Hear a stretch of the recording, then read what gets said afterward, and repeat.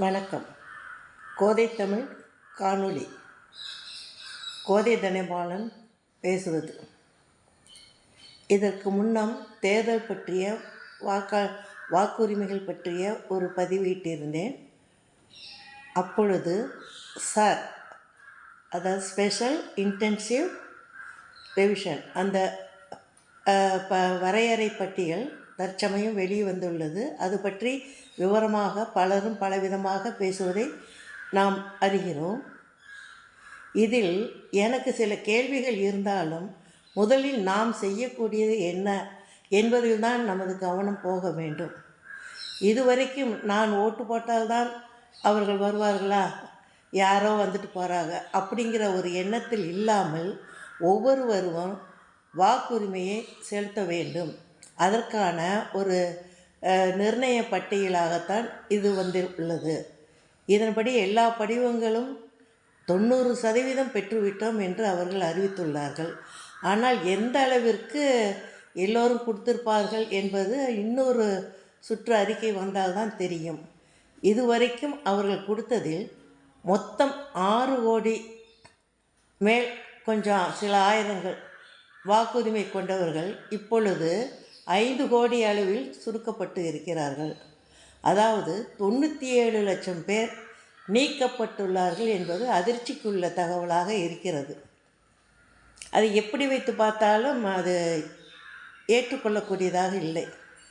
இறந்தவர்கள் கணக்கு 27 லட்சமும் போலி கணக்குகள், அதாவது இரட்டை பதிவு, 2 பக்கத்திலும் வாக்குரிமை வைத்து கொண்டிருப்பவர்கள் ஏதோ ஒரு பக்கத்தில் இருக்கட்டும் என்று மற்றவை நீக்கப்பட்டு விட்டதாக அவர்கள் அதில் ஒரு 3 லட்சத்து மேல் உள்ளது என்று சொல்லுகிறார்கள். மீதி 60 லட்சம் என்றே வைத்து கொள்ளலாம். அவர்கள் அந்த முகவரியில் இல்லை என்கிறார்கள்.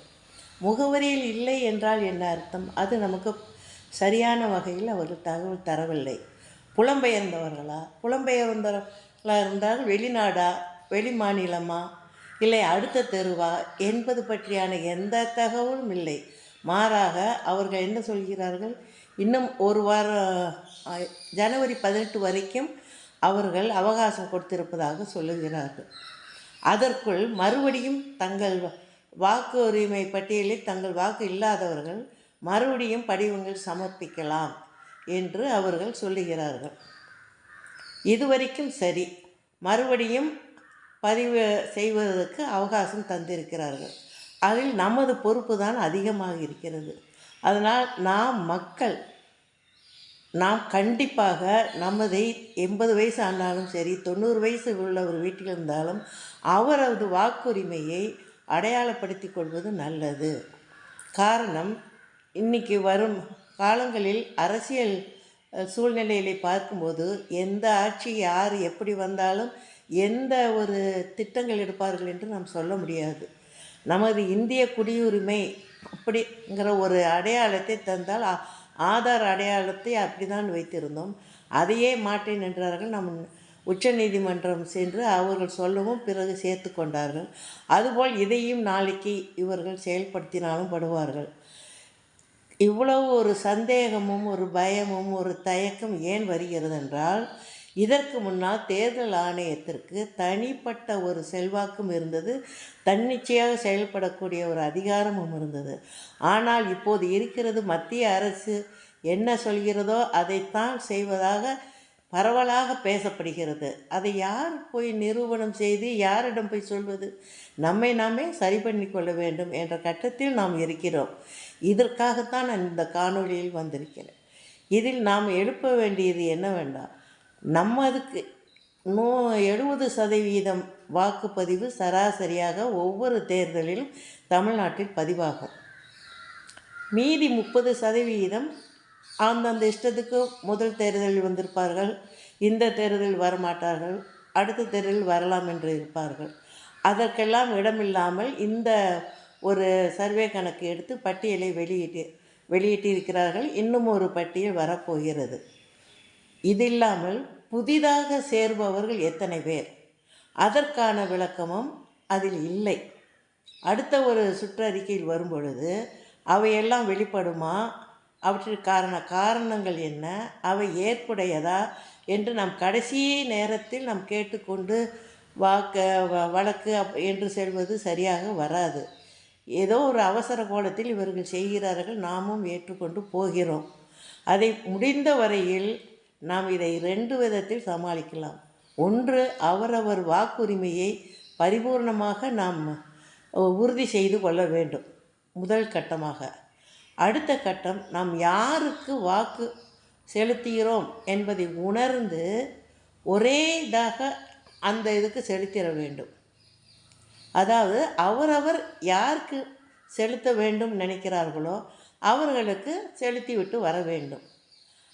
போகாமல் இருந்தால் அதை மாற்றி வேறு ஒரு வாக்குகள் சேருவதற்கான இடங்கள் உண்டு.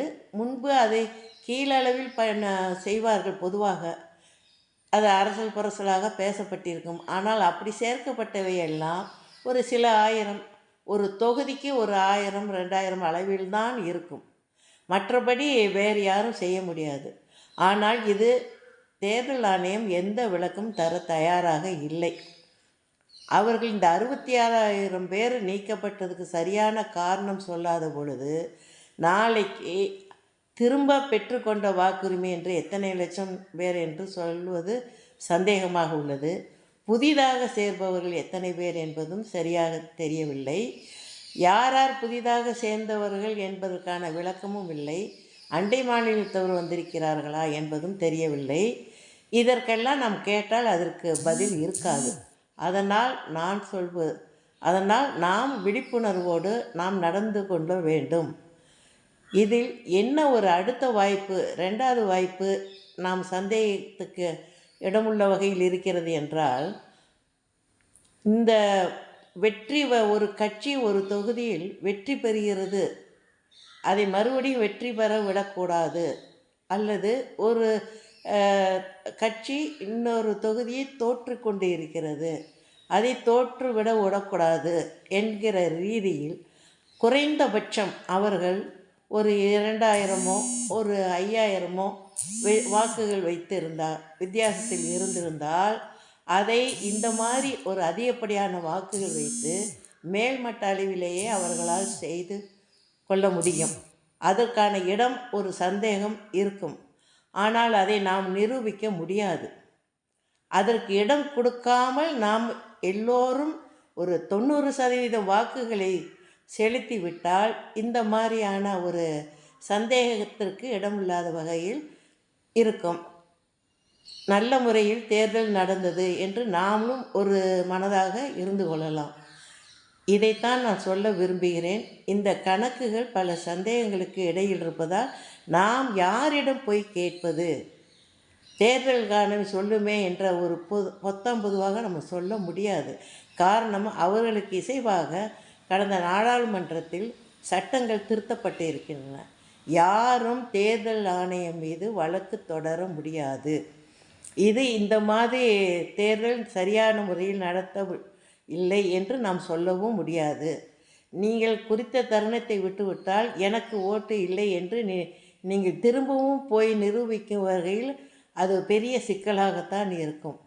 இதையெல்லாம் உணர்ந்து விழிப்புணர்வுடன் நாம், மக்களாகிய நாம் இருக்க வேண்டும் என்று நான் இந்த காணொளி மூலம் கேட்டுக்கொள்கிறேன். அதே நேரம் இன்னும் ஒரு 3 மாதங்களில் வரவிருக்கும் தேர்தலில் 70% வாக்குகள் என்பது 90% போகட்டும். எல்லோரும் போய் வாக்களிக்க வேண்டும். அப்பொழுதுதான் எந்த ஒரு சந்தேகத்திற்கும் இடமில்லாத ஒரு தீர்ப்பை நாம் பெற முடியும். நன்றி, வணக்கம்.